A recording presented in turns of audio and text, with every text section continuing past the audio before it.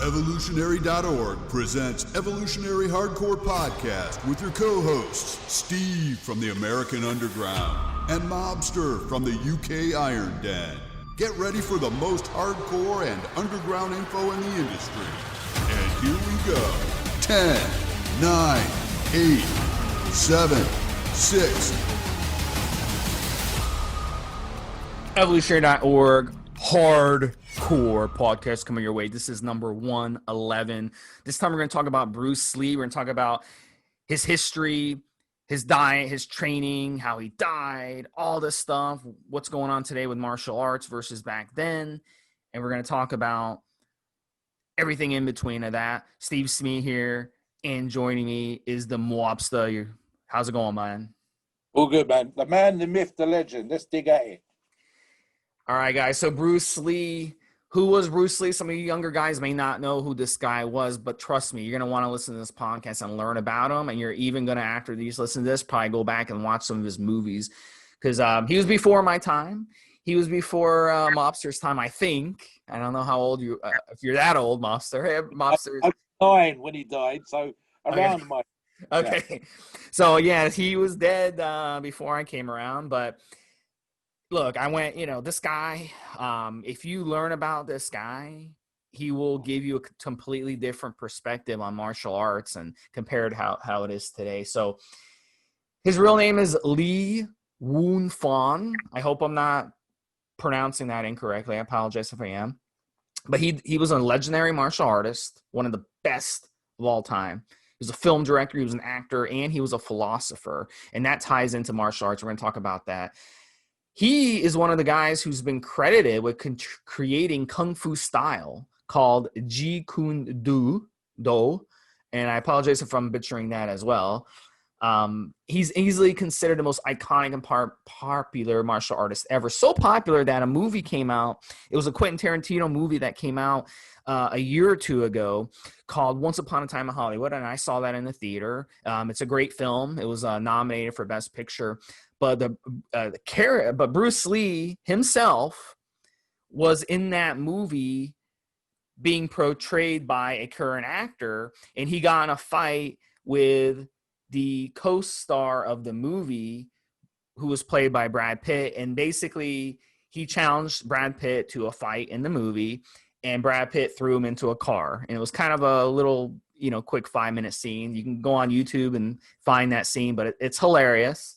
And a lot of people got upset over it because they're, that's not how Bruce Lee was. But it's a Quentin Tarantino movie, so a lot of people have fun with that. So if you've seen Once Upon a Time in Hollywood and you're a Quentin Tarantino fan, you know exactly what I'm talking about. But yes, you probably saw that, and you probably went back and started watching some more Bruce Lee movies from back in the day.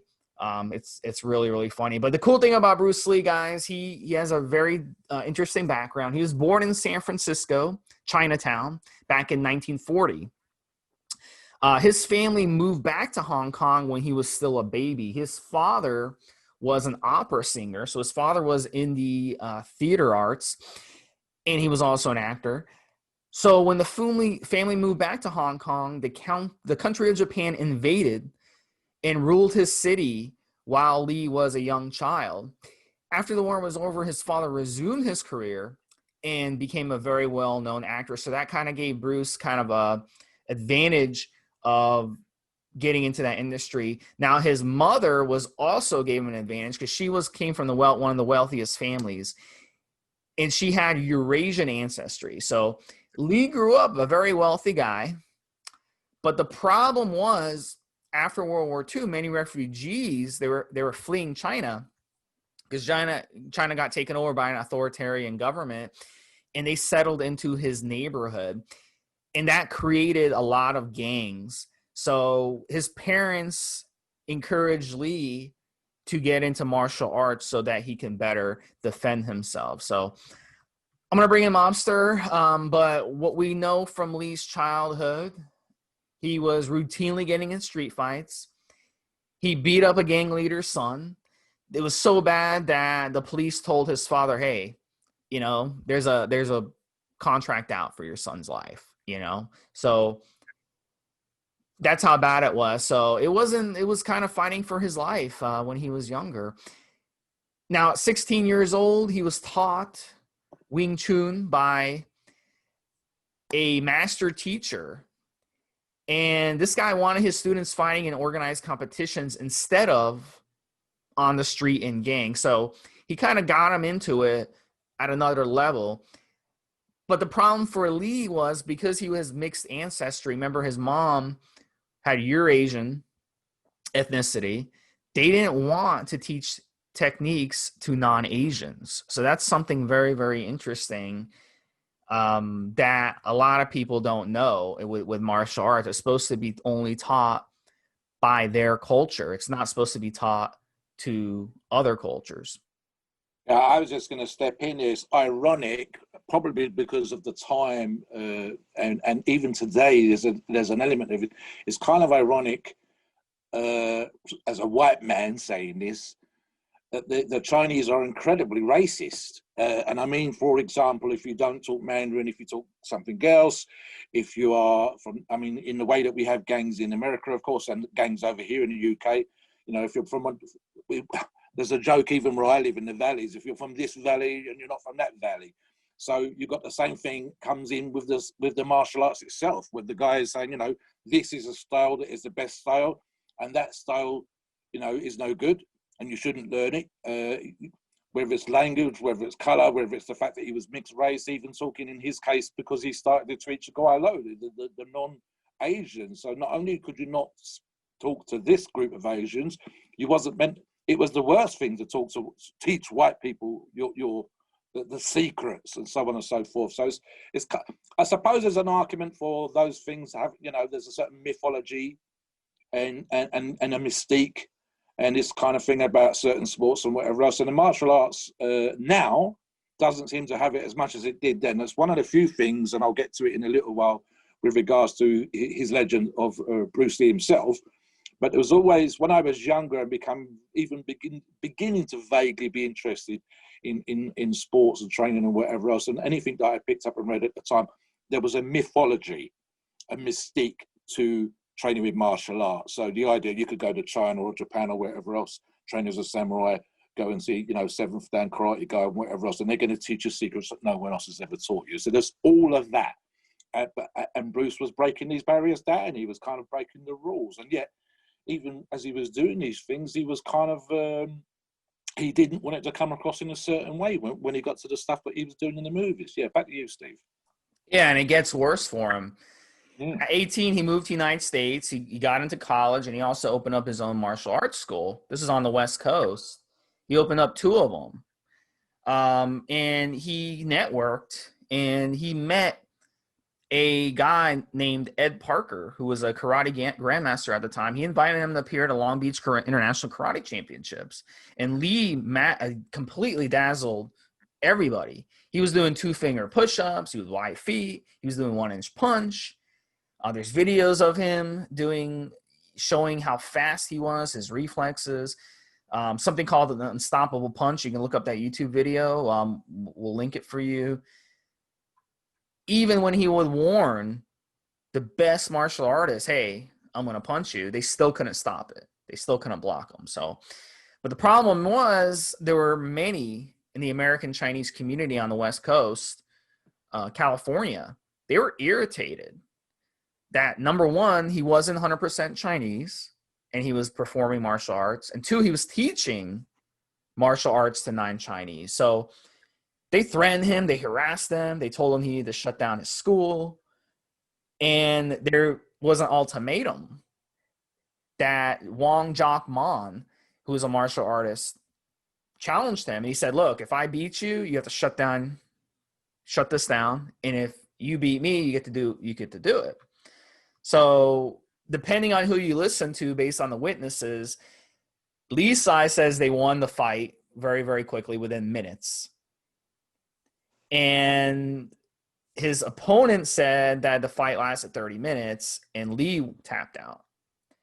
So we don't really know exactly the full story, but Lee, at the end of the day, he kept teaching it and he ignored those threats and he kept doing it. So he wasn't a stranger to threats the way he grew up.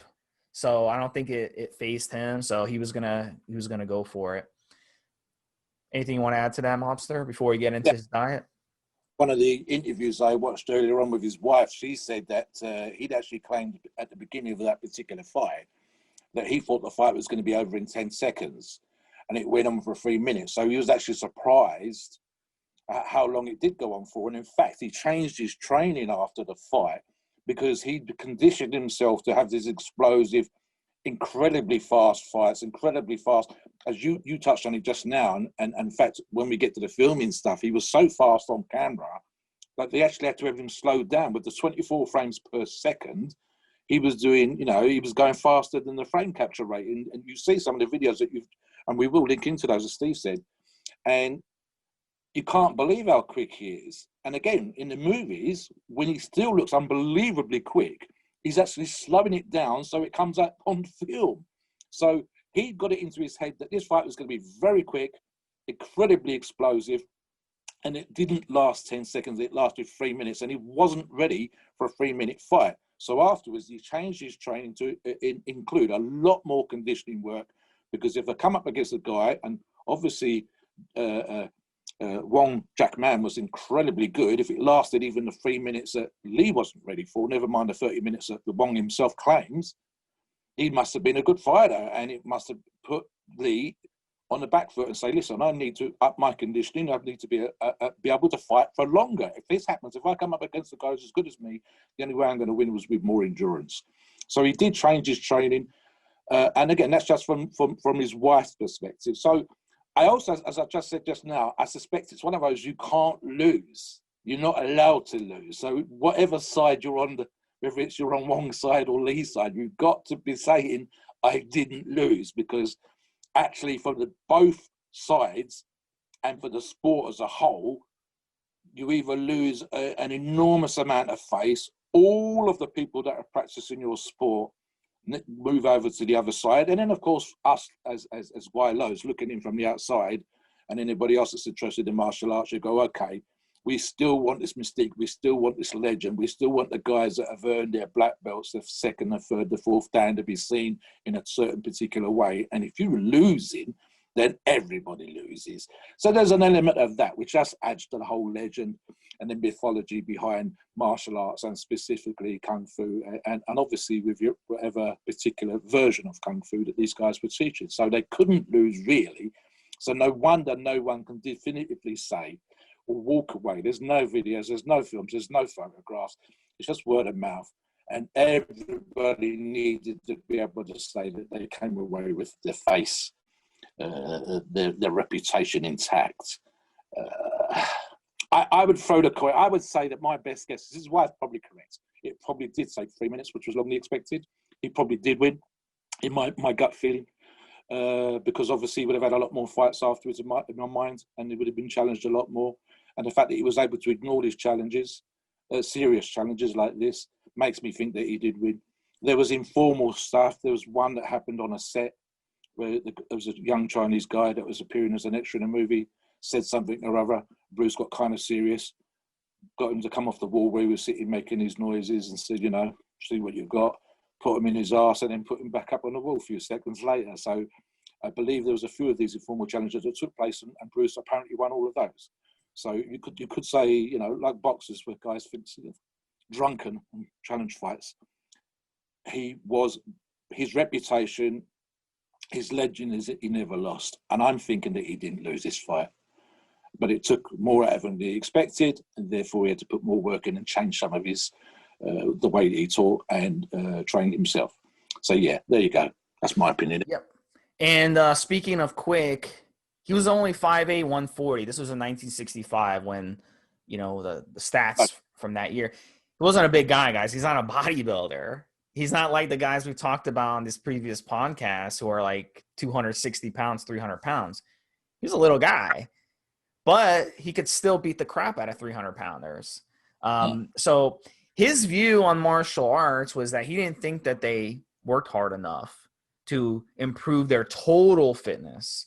They thought that martial artists were specifically trying to get better at martial arts and not building their core and stuff. So what Lee did, he did something very unique at the time for martial artists that were, especially small guys like his size. He did weight training. He did that so he can improve his strength, improve his mass, and also he worked on his endurance and flexibility. So he did it all. The training he did was incredible. And it got him, you could argue his training, we'll get into it later, his training actually got him killed because he overtrained so much.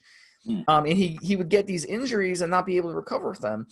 But the key with Lee, which is what most people fail at, Mobster, is his mental approach to martial arts. He was so mentally strong that allowed him, that was the main part. If you're not mentally strong, you're not going to be able to be a great martial artist. And then his nutrition, I'm going to bring you in on this. His nutrition, obviously he ate clean. He was ripped to the bone. I mean, I don't know if he had any fat on his body, maybe 4% fat, 3% fat. I mean, his diet was natural foods, fish, veggies, rice, just natural stuff. And what do you have to say on that? Say for two things. Firstly, the training side. I'm a grip guy, so my reputation, such as it is in weightlifting, is based on my world-class, national standard, international standard grip strength. And so one of the things that's fascinating for me, I mean, he did weights, he did isometrics. There are photographs, there are videos of the pictures available on YouTube. You can see him doing isometrics. That's literally two pieces of wood or steel tubing with a chain in between, and you lengthen and shorten the chain. And that stuff is incredibly good for short bursts of power, which is perfect for what he was doing. Cardio, when cardio was barely a thing. In fact, really cardio's heyday, such as the word in and of itself, was around 1970. So we're talking about, he died in 73 and he was doing cardio before then, conditioning work,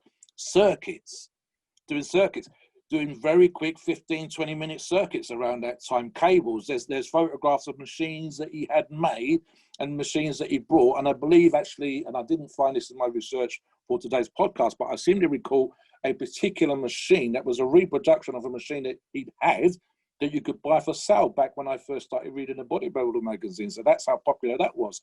And grip, as I said, this is my thing, my niche, my specific talent. And there are photographs of him training his grip, I believe, with a wrist roller. Very simple tool, guys. If you make this for yourself, and you've seen Bruce Lee's forearms, and if you haven't checked them out, look them up, see the movies with flexing the forearm muscles. It's all there. And a grip machine with plates on it and everything.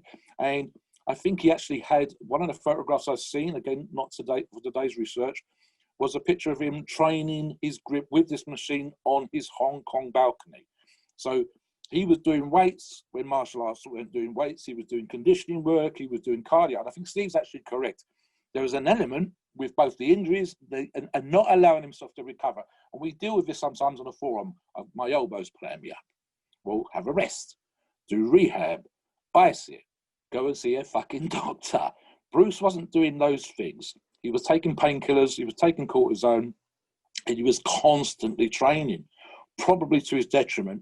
And in fact, as we'll get into how he died, we suspect that possibly an element of the overtraining was causing injuries, and the injuries required him to take drugs to do the movies, to keep the legendary status going, and that's where we went with that particular. Yeah. And what's interesting, Mobster, as a martial artist, I would think training your grip would be so freaking important because you're hitting people with your hand.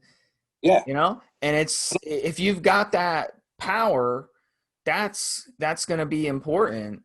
So it makes sense. Yeah. So I one of my jobs briefly, I've done some of the exhibition stuff.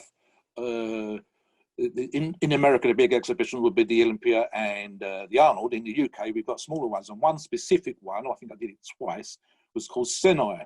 And Senai is more specific to general training and the martial arts.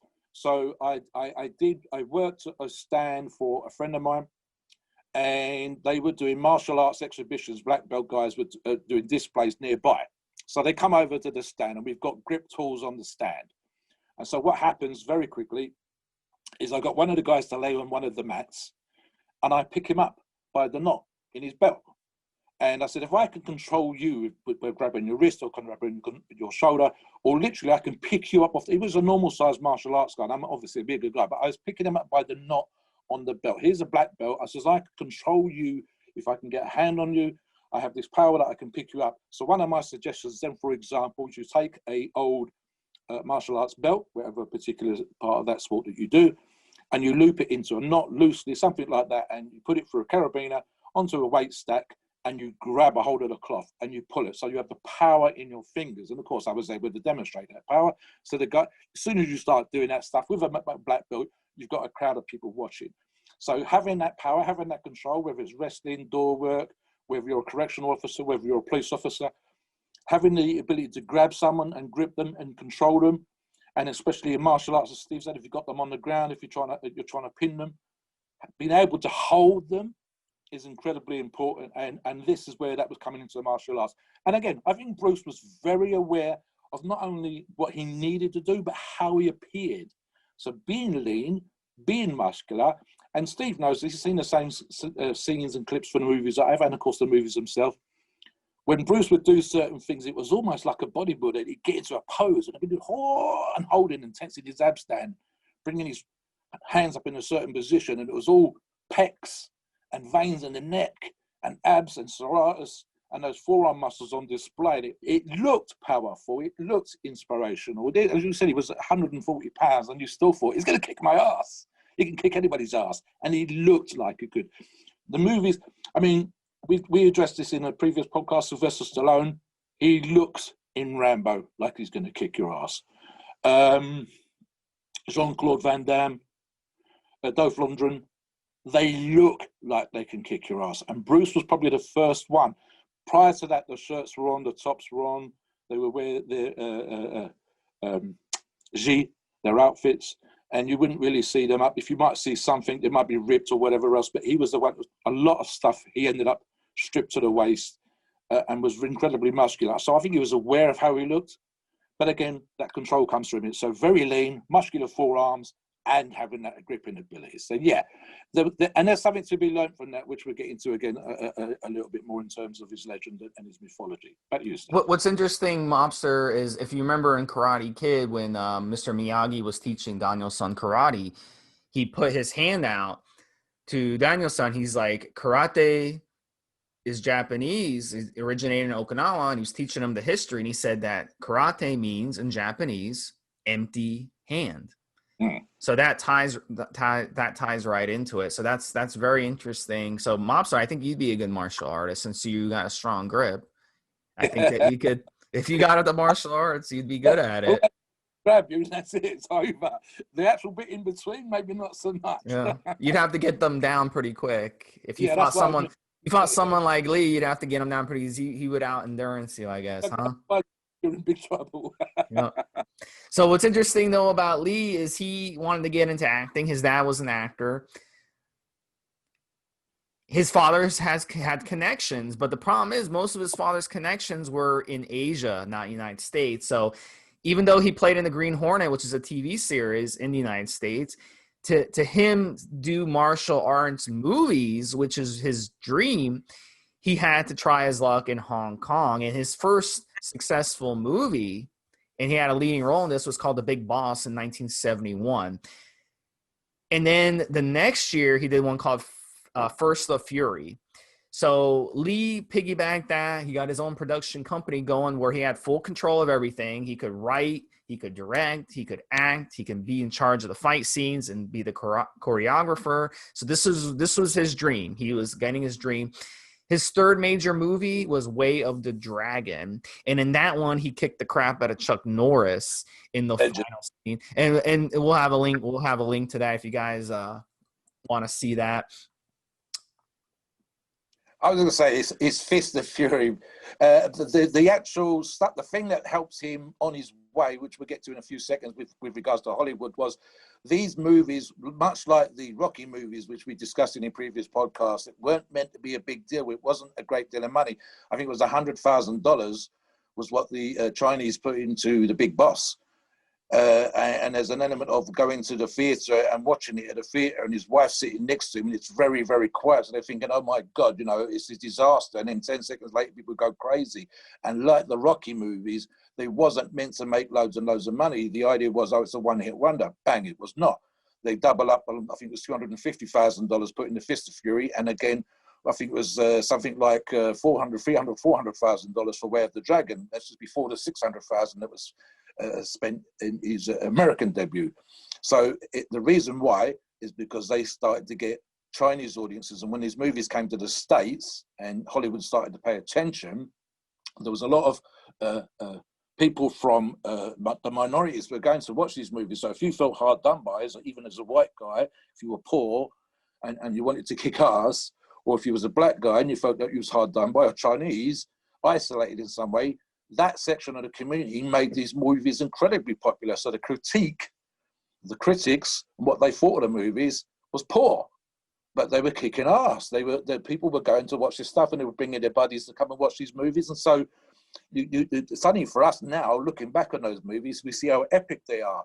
But at the time, it was incredibly hard for him to break into Hollywood. So he goes to Hong Kong, makes these movies, and then they start to come to America. Cinemas, movie theaters started to show these imports, and Hollywood started to pay attention that way, because thousands of people going to watch this, and they were taking their friends to come. You've got to come and see this movie. I saw this movie the other day, and so it's kind of like what do we call it now when it happens? Something you're on the internet watching something, and then suddenly we've all seen it. This is how these happen with these movies. So they become now the kind of almost classics. A little bit, sometimes poorly scripted, sometimes poorly dubbed, but the martial arts action is outstanding. And if, again, as Steve said right at the beginning, if you're of an age where you don't know much about Bruce and you haven't seen any movies, do yourself a favor. Even if you turn the fucking sound down, just watch the fight scenes.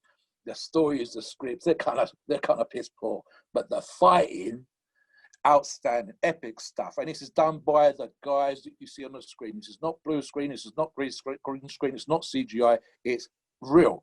The only thing they're not doing is full concept. They're not smashing the fuck out of each other, because you wouldn't be able to do another setup if you needed to. Yeah, back to you, Steve. Yeah, and then the one movie I can recommend was the one that he got, and he died 6 days before its release. It's called Enter the Dragon. And that one was actually critically acclaimed. It was actually a good movie. It was actually well acted, well directed, well written.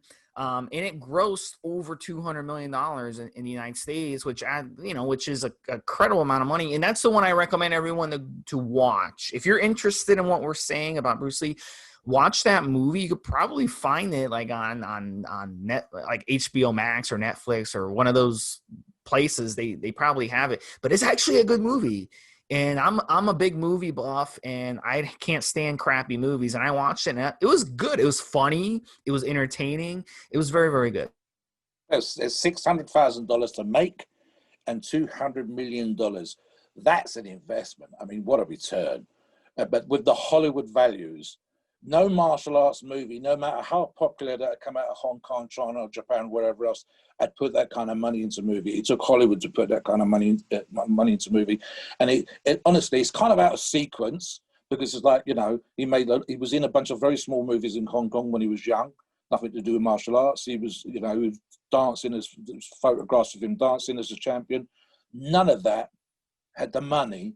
And even the $250,000 in his Way of the Dragon was a big amount of money for the Chinese market, but the $600,000 with the $200 million return, that was the most amount of money that had been spent, and the production values, the scenery, the sets, the script, all of that stuff, high end.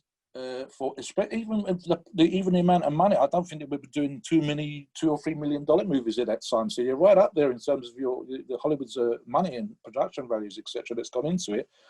And it's actually, I believe, both Bruce Lee and that particular movie. I think he was listed as one of the 100 most influential people around that time, and I think he's still in that top 300-400. He's up there in terms of his iconography as say Muhammad Ali, but obviously from the martial arts side. And the movie is there. It's going to be, if it's not in China, it'll be in the States as the movie for martial arts, especially of its time. And even though it's out of sequence in terms of his movies, you should watch it first because of everything that's gone into it and the story and the way that it's done and all the rest of it. It's a proper martial arts movie, but in the style of what we would call an action movie now. And if you watch it, you'll see the inspiration and the kind of stories and whatever for a bunch of movies that have come out since. It's one of those ones where you go, oh, that's the reason why they do this. That's the reason why they do that. That's the reason why the guys get lean and get muscular. That's the reason why they kind of flex, etc. on the screen. And he was doing this daily. He didn't have a special coach or whatever else, like a lot of the movie stars now. And an enormous amount was done without body doubles. So this is the real guy, really fighting, really on screen. And he was quite the inspiration. In fact, Steve and I know this from our research for a bunch of Hollywood actors, including amongst other people, Steve McQueen and James Coburn, who he taught. James specifically was a pupil of his. So these were Hollywood movie stars. Not only did they want to fight and learn to really fight, but they obviously wanted to look that good on screen when it was important. No body doubles, no stuntmen. These are the real deal. Some of the stuff that even in the modern martial arts movies with Jet Li and others, they're doing their own stuff because no one else can do what they can do. And Bruce, I mean, the speed. Some of the stuff it can't be done. Has to be done by the real person, can't be mimicked and whatever else. So it's that, and it's an icon in and of itself, just as a movie in and of itself. We're all going to have a top 10, top 100s. This should be on the top 100 list, and it should be a number one if it's a martial arts movie. Back to you, Steve. So let's get into his death. We have to talk about his death. I'm sorry. I mean, if it upsets a lot of people, but yeah, I mean, his death rocked the martial arts community, rocked the world. It was a big deal. But we have to talk about it, guys, because we have to learn from his mistakes so we don't repeat them. And you know what? A lot of people have learned from his mistakes. But the story behind Lee is there was red flags, because 2 months before he was doing a movie production, post-movie production, okay? And he collapsed. And he had to get taken to the hospital for a seizure and headache. And doctors noticed he had brain swelling, and they were able to reduce it. So he was released.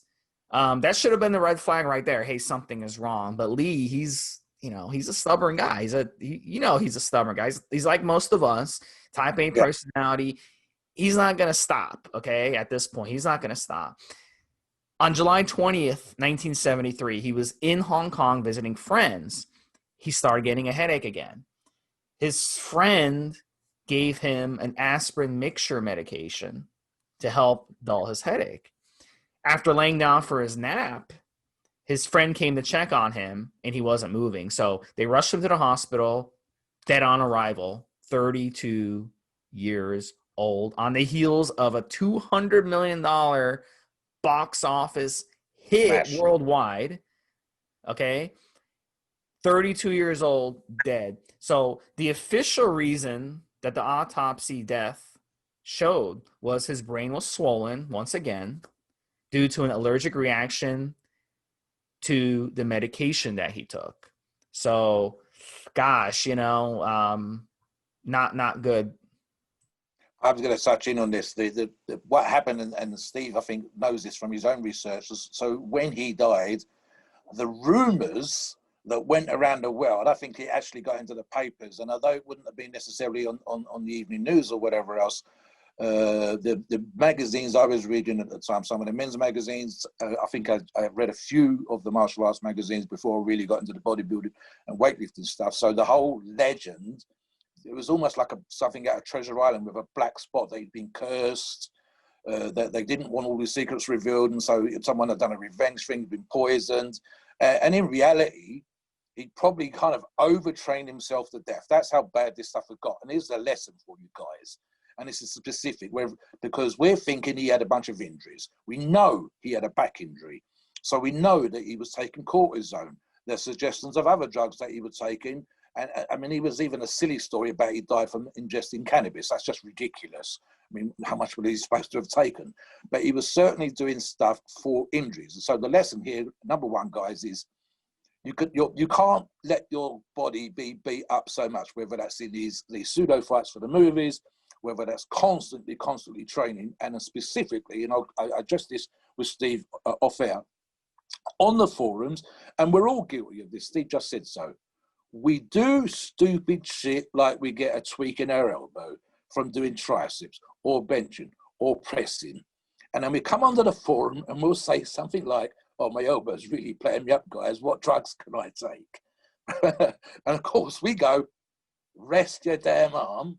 Stop doing the stupid shit you're doing. So if there's one tricep exercise, change it for another one. If it's really bad, if the tendon's getting damaged, go and see a damn doctor, get that damn thing repaired. And what Bruce was doing was he was ignoring that. He was, I've got to do the movie. I've got to do this. He was scared as hell for the movie itself. He didn't come on a set for the first couple of weeks. He did a bunch of stuff because he was scared as hell of how big this movie was going to be. And then when he came on, 3 days in, he calms down. But he probably wanted to make this movie epic, which of course it is. But at the same token, he's training constantly. He's doing all this cardio and stuff that you mentioned on him. He'd never give his body a break. He's doing the martial arts stuff constantly. He's hitting his practice dummies and whatever else, and it builds up his injuries. He got the back injuries, I believe, from weight training. So he's doing this stuff again and pounding to the point where he has to take, if it takes some rest, which he did not, or take some medication to fight the pain. So he's not addressing his injuries. He's not giving himself ice and rehab and recuperation. He's not going to see a doctor about these things. And then eventually the medication that he took just to deal with this stuff is what pretty much everybody agrees killed him. So yeah, back to you, Steve. The rumor among his martial art actor buddies was that he was taking muscle relaxers for years. He was taking antibiotics as well. Every time he get a little sickness, he'd take antibiotics. Every time his muscle, he tweaks something, he'd take muscle relaxers. These are harsh muscle relaxing drugs. Now, at that time, people viewed these drugs as good things. You know, hey, let's just take a drug. They didn't realize the side effects like we do today. Like I hope most people realize today. Now, the other recent theory that a doctor who studied his death came up with was what Mobster alluded to, the cortisone. Now, what is cortisone? Cortisone are catabolic steroids. And catabolic steroids, basically, you take them, they dull the pain. They tell your brain that you're not in pain. They reduce the inflammation. They tell your brain to reduce the inflammation, but they're not fixing the injury. They're not fixing. This is why I tell guys on forums, stay the fuck away from these cortisone catabolic steroids.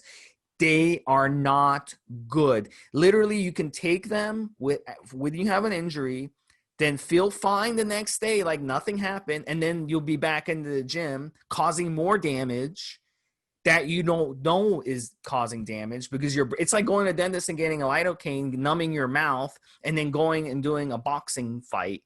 You're going to knock out all your teeth because you can't feel anything. Well, that's the same thing here. So be careful messing around with these muscle relaxers, these drugs, these anti-inflammatories. They are bad news. That's a quick one. So on the anti-inflammatories, the number one probably in the whole world is ibuprofen. And yet Steve would tell you, this one rips your fucking stomach up. So anytime you're taking this, it should be for a very short period of time, always with food. Now, if you're taking an anti-inflammatory constantly, you're not addressing the issue.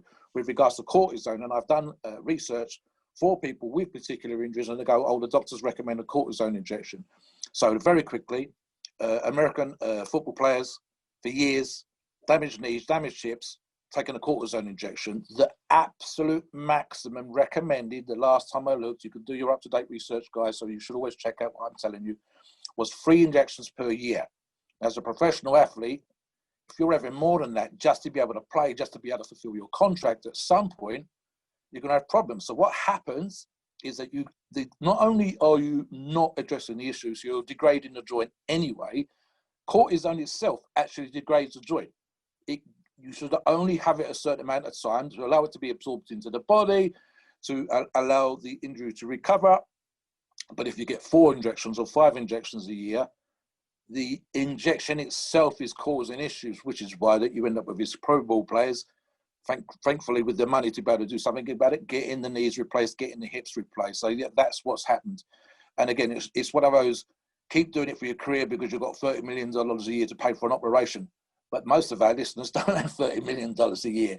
So don't take these things non-stop, address the issue. Don't think, right, get up in the morning, I take these tablets just to get to the gym. We know that you love training. We love training.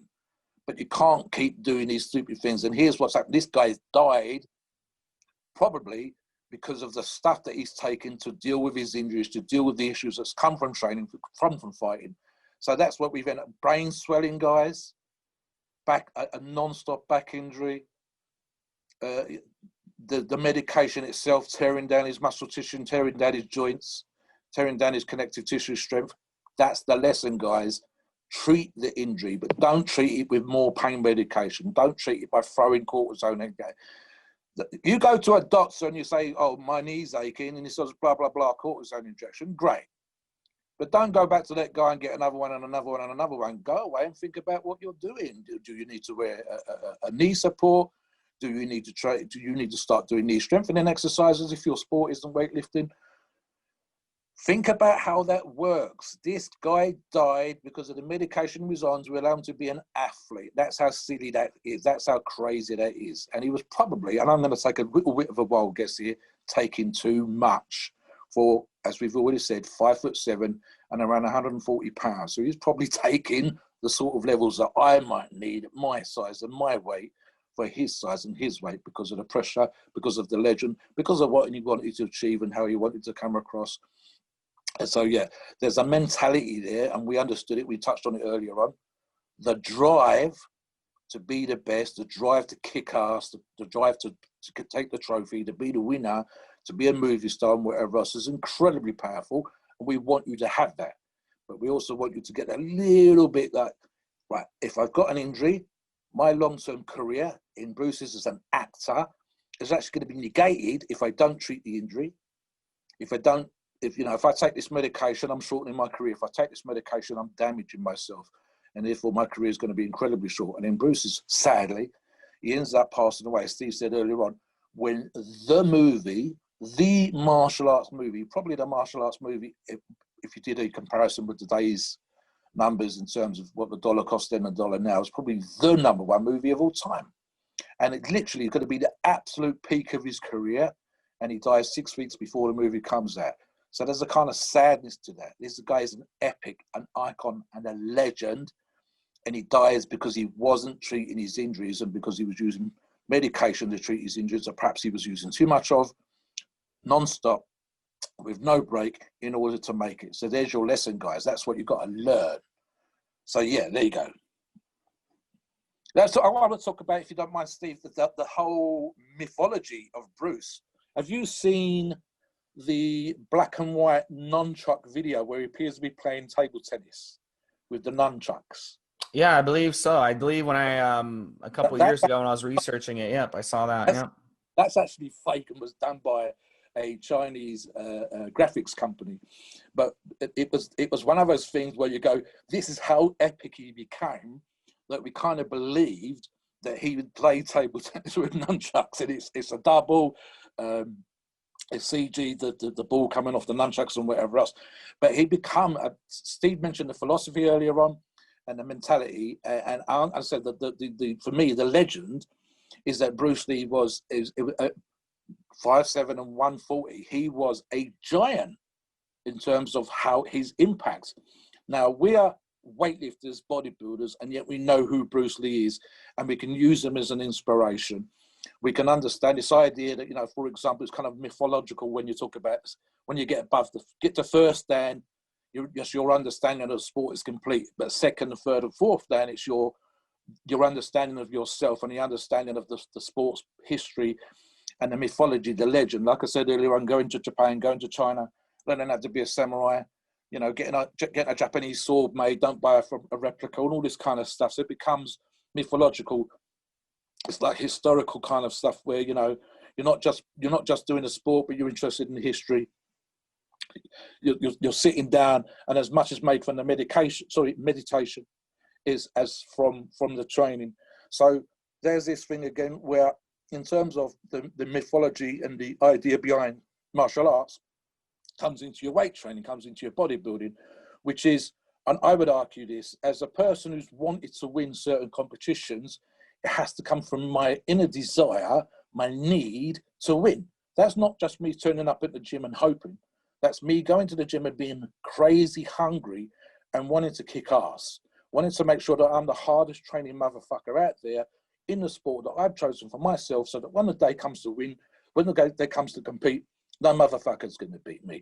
And so the mythology that comes from martial arts is much the same, that you want to be the most spiritual person, you want to have the greatest understanding, you want to be the most peaceful motherfucker on the planet unless someone puts their hands on you. And then when they put their hands on you, you put them on their ass 3 seconds flat and walk the fuck away. And that's where the mythology and the psychology comes from martial arts. And that's kind of what we're looking for. If we're a weightlifter or a powerlifter, we want to go crazy, crazy, crazy strong, adrenal rush, hulking out kind of stuff, Lou Ferrigno kind of stuff. Bang, the weight goes up and we walk the fuck away. Big smile on our face. Martial arts stuff all over again. You know, nice peaceful guy, weighs 140 pounds, walks up and breaks bricks, breaks cement, breaks ice blocks, breaks pieces of wood, throws 3 guys on the ground. There's a 10-second fight and 6 guys are laying on their ass with the nose is bleeding. It's the kind of mythological, but it's that super explosive, crazy understanding of yourself that's coming from these kind of things. And that's where we take from the martial arts. And as I said, the lesson from treating your injuries, not overdoing the pain meds, not overdoing the cortisone, getting rehab, taking medical advice when it's appropriate, and if need be, going off and seeing more than 1 or 2 people. So there's lots of lessons there, and that's what kind of like we take from Bruce. There's a lesson to be learned, but he is inspirational, is motivational. He was an ass kicker with a physique that many a bodybuilder now, if it's sub 5%, vascular, knew how he looked on the screen. If you could Google some of the, just do the Google images, guys, for how he looks like a lightweight bodybuilder who could kick your ass. And not thinking good about it, go shopping straight after and not be unhappy, but you'd be on your back thinking that was a real bad idea. What the fuck was I thinking? And he's holding his wife's hand, he's barely broke a sweat or whatever. Yeah, back to you, Steve. So let's talk about, we're going to end this show talking about, you know, martial arts, how it's changed over time. But first, we got to talk about a steroid cycle as we do. So again, don't follow us at home unless you're crazy and you want to, you know, rip your body to shreds. But obviously, you know, Primo would have been something he would have used in those days. It was big time in the early 70s. Winstrol was around, started getting around in the 60s. He probably messed around with Winstrol, dried him out. The cortisone shots, the catabolic steroids, daily cortisone shots. Hey, my elbow hurts. Boop. My wrist hurts. Boop. I mean, he probably abused the shit out of it. Again, at that time, you know, did they know that these cortisone injections were this bad for you? I don't think they did. The way even people today don't even know. Doctors, they always, if doctors, you know, you go to a doctor for an injury, he's going to suggest, hey, cortisone shot. That's what they do. They make in the United States. I mean, I got one myself. I had to pay $2,000 for one. So if you get 3 of them a year, that's $6,000 that the doctor's making off of you. Of course, he's going to want you to take a cortisone shot. And then muscle relaxers. You know, you can go anywhere over the counter and buy aspirin right off the shelf, ibuprofen, aspirin, Advil. You can buy them off the shelf. You put them in your stomach. They destroy your stomach, like Mobster said. You destroy your gut health, you destroy your joints, you're taking Winstrol, which dries your joints even more. You can see why it's this effect that he went through, but he strived to be the best. So he did what he had to do to be the best. And I'm curious to know the other martial artists at that time. They probably didn't push as hard as he did. His training is legendary. His training is so legendary that, you know, he would, he fainted on the set. It was kind of like the one we did on Sylvester Stallone. He got so ripped and so shredded. He was on so many stimulants. He was on so much stuff that he fainted. I mean, he did what he needed to do to look a certain way for the movie. And as a movie star, we see movie stars now. They'll do all kinds of weird things. They'll do tons of steroids. They'll take tons of HGH. They'll cut themselves down. They'll starve themselves, not even fasting, but starving themselves for a movie role.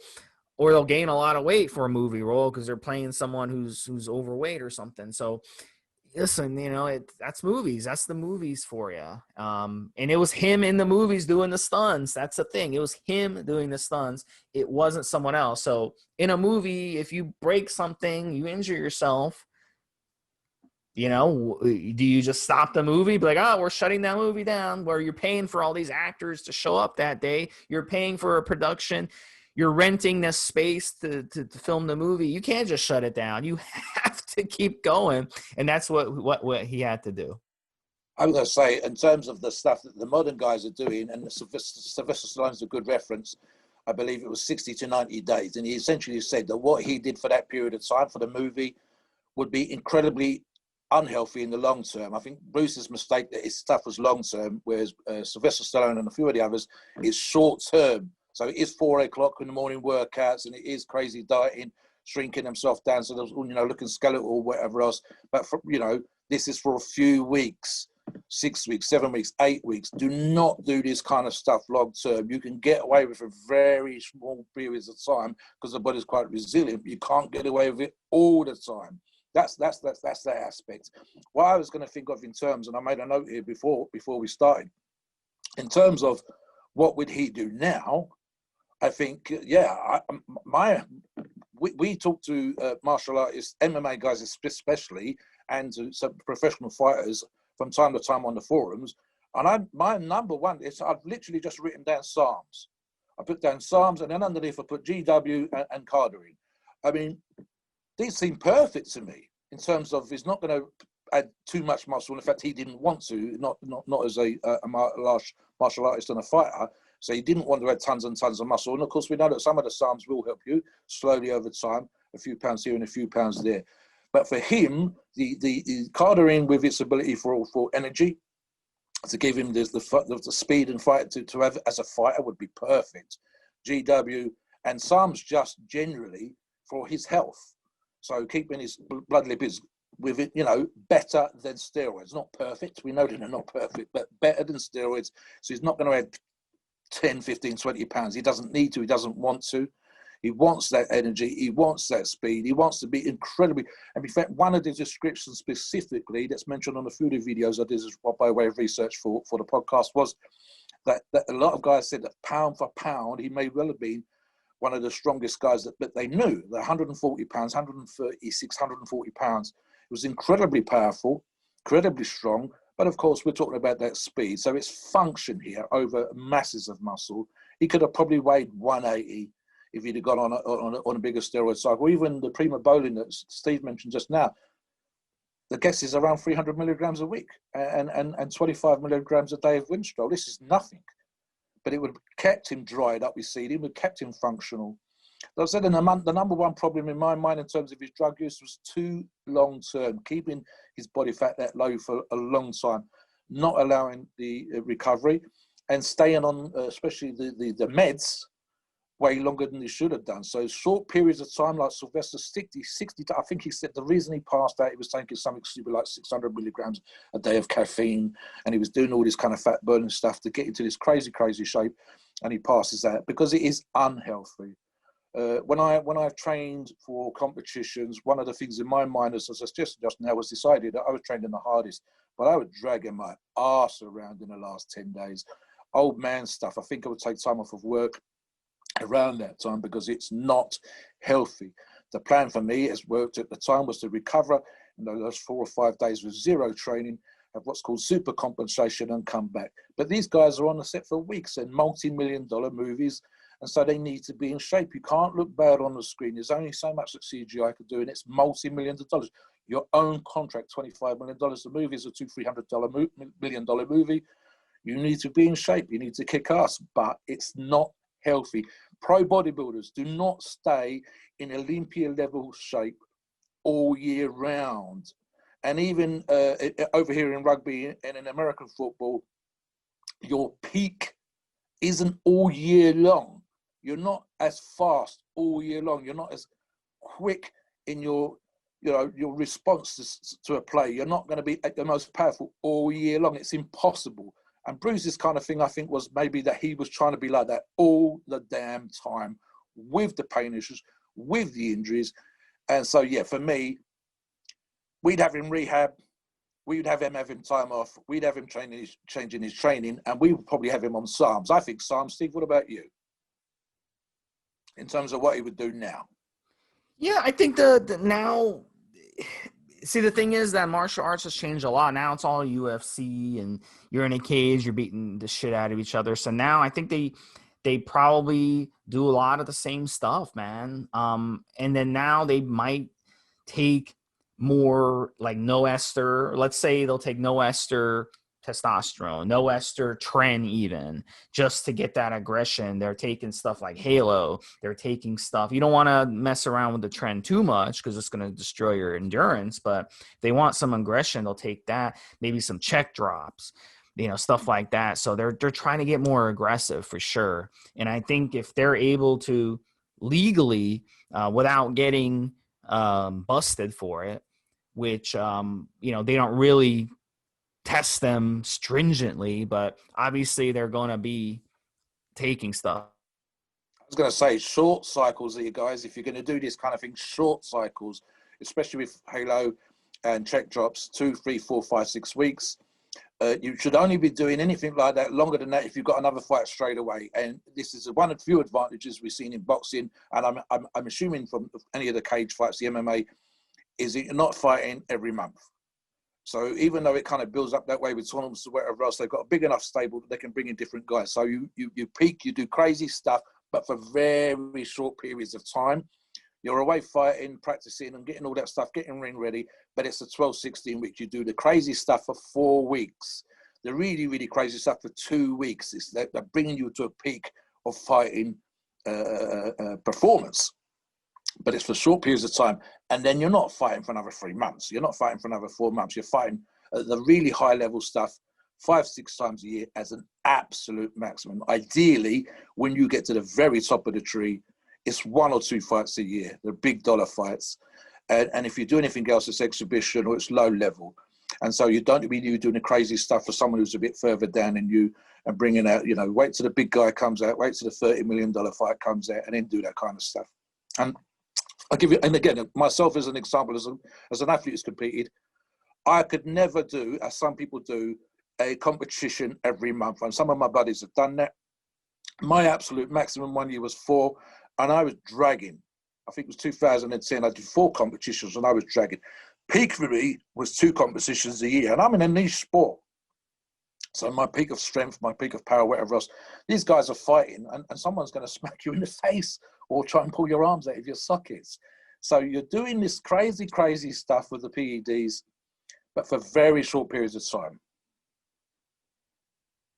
All right, guys. Listen, there's so much on Bruce Lee, guys. I wish we had more time. Maybe we'll do a part 2 at some point. But we have a lot of other guys to get to, so keep an eye on the future podcast. For Stevesmi and Mobster, this has been episode 111, Bruce Lee. Check out some of those links we're going to include, and check out some of his movies, guys. It's really, really good stuff. Have a good one. Take care.